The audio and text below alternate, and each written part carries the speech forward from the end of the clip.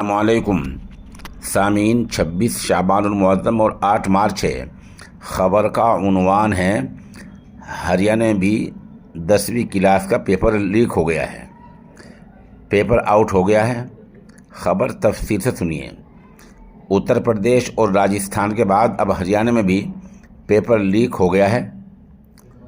हरियाणा के नूह इलाके में 10वीं के एग्ज़ाम के दौरान एक निजी स्कूल में छापामार कार्रवाई की गई। स्कूल के मुंतज़िम और मौलमीन को खुलेआम नकल कराते पकड़ा गया है। छापेमारी के दौरान मुलजिमों पर 33 मुकदमे दर्ज किए गए हैं और 15 लोगों को पूछताछ के लिए हिरासत में लिया गया है। स्कूल के ही टीचर 10वीं के बोर्ड एग्ज़ाम में पेपर लीक कर रहे थे। तालीमी बोर्ड के सदर ने इम्तिहानी केंद्रों पर छापामार कार्रवाई का ये भांडाफोड़ किया, इंकशाफ किया है और अब कहा है कि इस सेंटर को रद्द कर दिया गया है।